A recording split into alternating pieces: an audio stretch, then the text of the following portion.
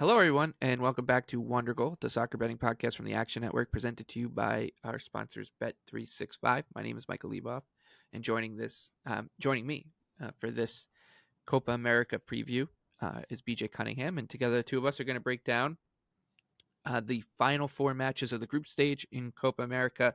Of course, that includes the United States and Uruguay on Monday night. That's where we're going to start. BJ, this is the Group C finale.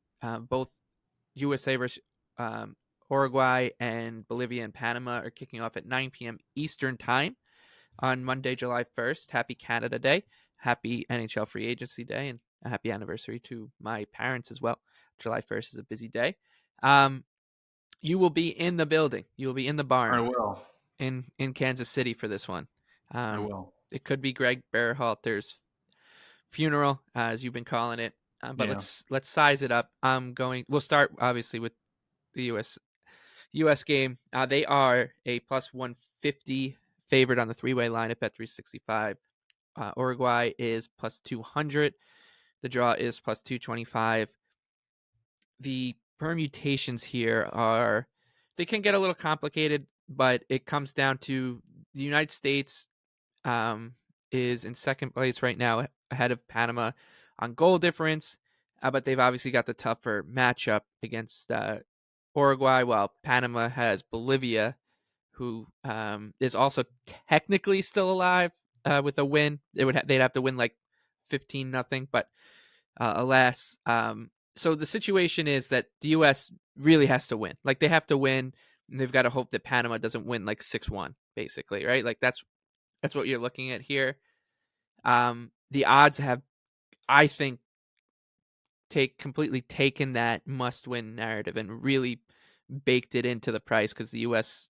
is a favorite here, which I get that we could see a change side for Uruguay, and Marcelo Bielsa won't be on the touchline because he is in trouble. He got grounded for keeping his team in the locker room for too long at halftime in their last game against Bolivia. I can't get, like, I think if you're an American, you want to bet the team, you want to like ride or die with them, and you want to just go down with the ship and bet them, go right ahead. I'm never going to judge anyone for doing that. But when you're looking at the numbers, I have a tough time saying that there's any shred of value on the United States. I think that this game could end up being, you know what I'm going to say here, BJ, goes against what you're going to say. Yeah. I think the 0-0 is great here. Really? I think that Okay. I really do.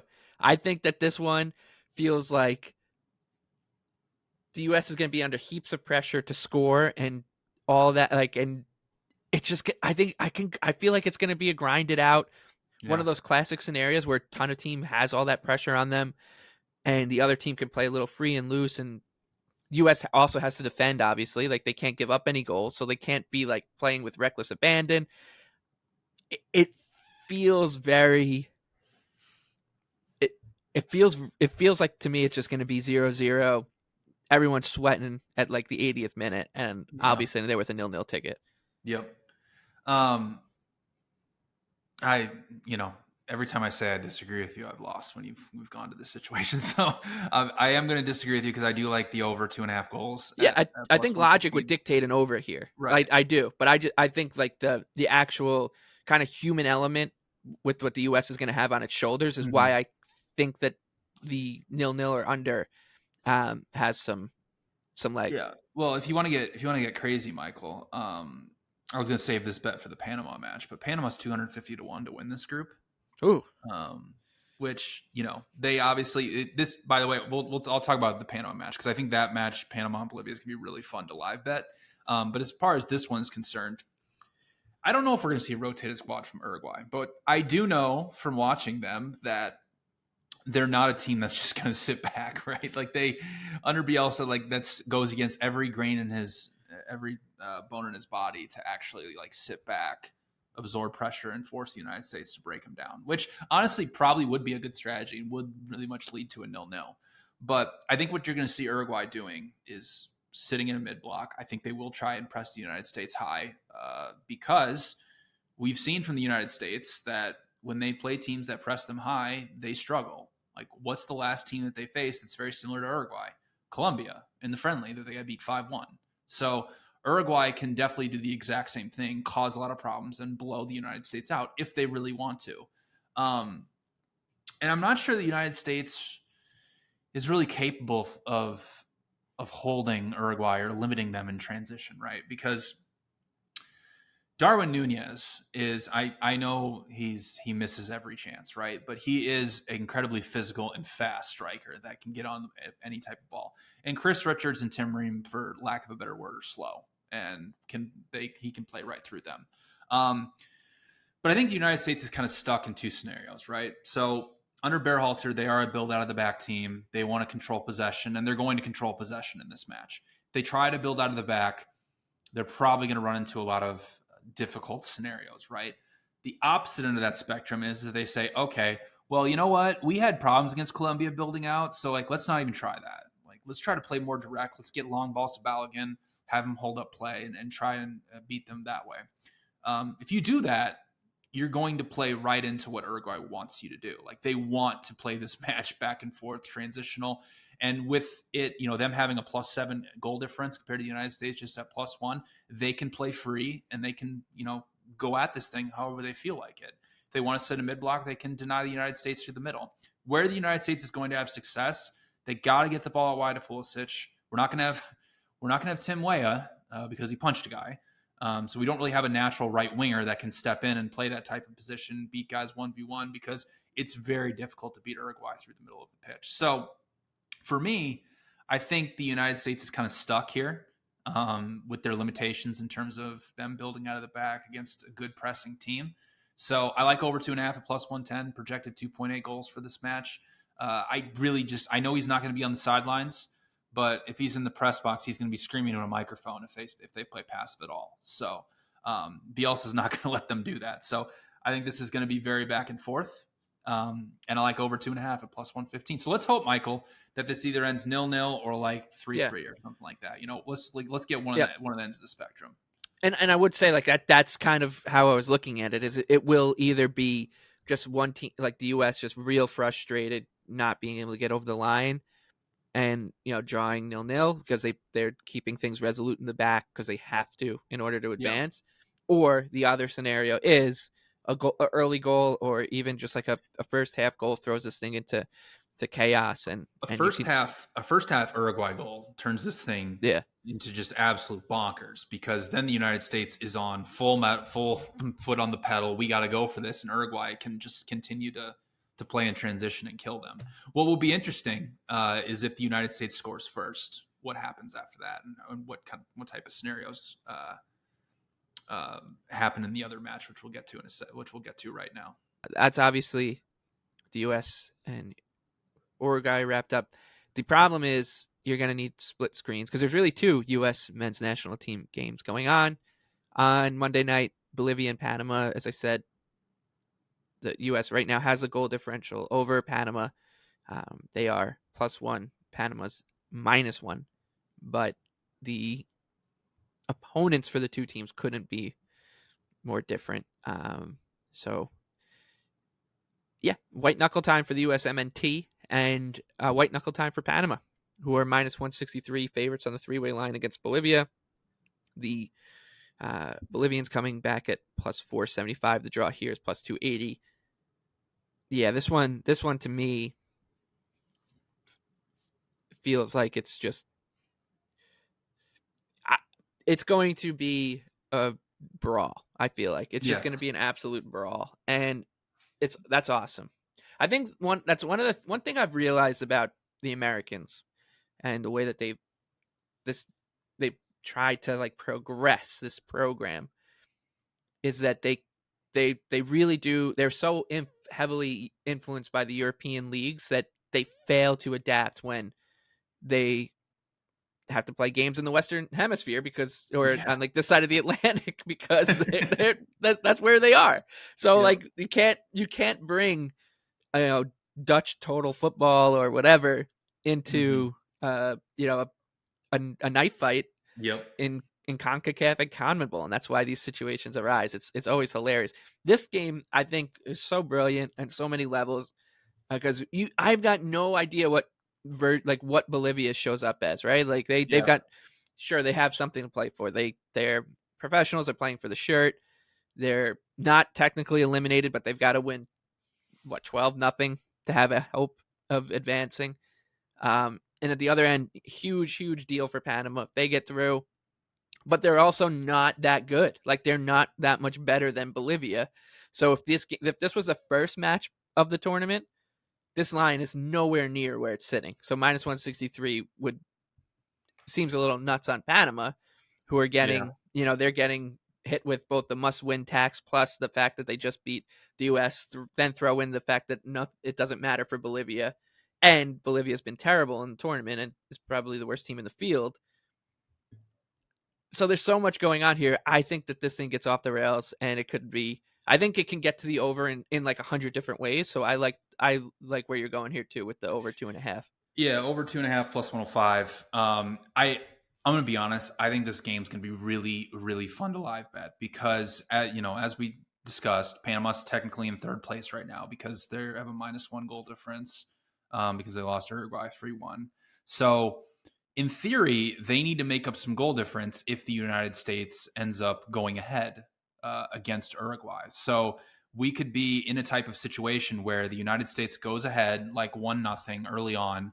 If Panama's scoreboard watching, they're going to say, oh crap, we need to win, and we need to win by 2, 3, 4, 5 goals or whatever it might be, depending on the situation. So be alert for that because you could start just like laddering overs and Panama team totals against Bolivia. But the other end of the spectrum is like, okay, let's say that Panama goes ahead and the United States is drawing or losing to Uruguay. You could obviously see a situation where Panama is going to shut it down, right? But this Bolivian team has been so bad. They can't sit, like they're so bad sitting deep in a defensive block. Once they concede a goal, everything opens up for their opponent. So you could see Panama go for the second and the third kill shot and just end this thing and not even try to protect some type of lead or try to park the bus. Of course they could, but Uruguay is going to, or excuse me, but Bolivia is going to give them every opportunity in transition from build-up situations. Like this Bolivian team is terrible. I said it from the beginning of this. They have not even drawn a match outside of Bolivia since September of 2021. Like that's how bad they are. They have lost every single match they have played away from their home country. So technically they're still alive in this.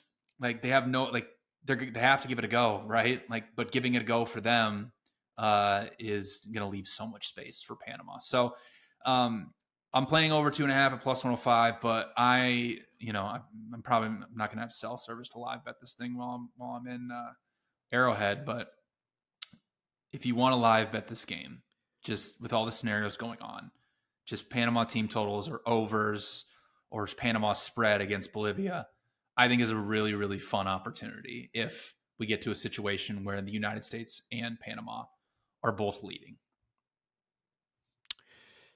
Yeah, should be a really fun. These are the kind of nights and that where the tournament soccer is just the best. It is. Tuesday, July 2nd, the group stage comes to a close with Group D.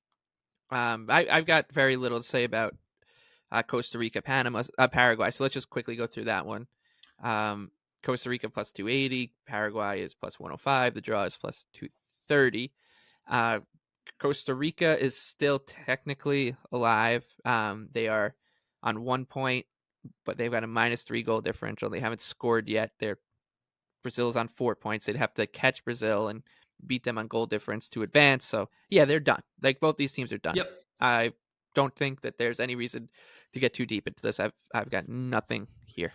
Yeah. So if anybody wants to know why I get so dang frustrated with Costa Rica over these years, this tournament, they have taken 5 shots. One of them came inside the penalty area. That's it. That's all. 0.1 expected goals through 2 matches.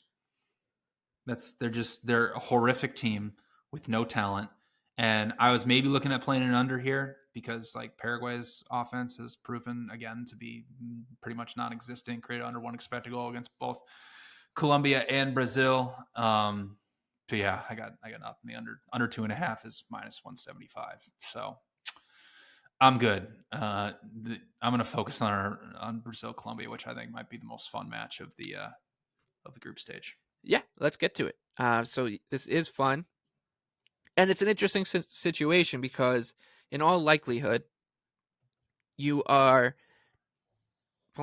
Brazil and Colombia. They're playing for the top of Group D. Colombia right now is in first place. They've got 6 points from 2 matches, and a +4 goal differential. So any point from a draw or a win, Colombia tops the group.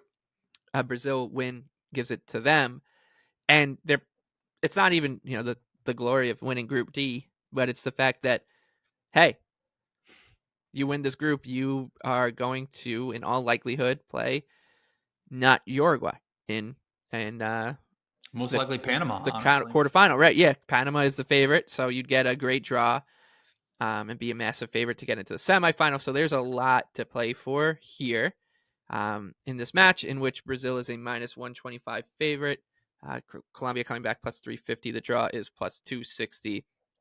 This should, like you said, be a lot of fun. I think Brazil is kind of knocking on the door of a big performance here. It hasn't come easy for them. Of course, they had the draw. They did get by Paraguay finally, but like this feels like the moment where Brazil shows up at the tournament, and Colombia looks maybe a tad overrated here because of how the results panned out for these two teams. Brazil with the really unlucky 0-0 to start things off, and Colombia winning their 2 matches without much fuss. So I actually don't mind laying it with Brazil here. I think that you can also go in like an exact score. I don't think it gets too far off the rails. I don't like this isn't one of those matches where I think that you could see go in a million different directions. I think you can play like 1-0s or 2-0s here and feel pretty good. I think that's where it lands, but I like Brazil here. Yeah, I do too. So, you know, the scenario for Colombia is obviously a draw wins the group. But similar to Uruguay, like Colombia is not a team that's set up to play for a defensive draw and get out of here, right? Like they are a team that is pretty much similar to Uruguay, where they are a high intense pressing team, press from the front, want to play in transition, and that's how they beat Brazil in World Cup qualifying. But as we've talked about on here, Brazil was a much different team in qualifying, playing that relational build-up type of system, which played right into causing, having problems against good pressing teams. And that's how Colombia beat them. Now we have a Brazil team that's playing a lot like Real Madrid and playing more direct and transitional. And if they do play that type of match here against Colombia, they're set up a lot better than they were in their previous one.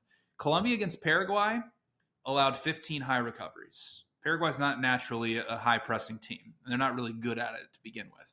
Brazil, even though they were playing a different system during World Cup qualifying, they were number 1 in passes per defensive action. They can press, and they can press effectively if they want to.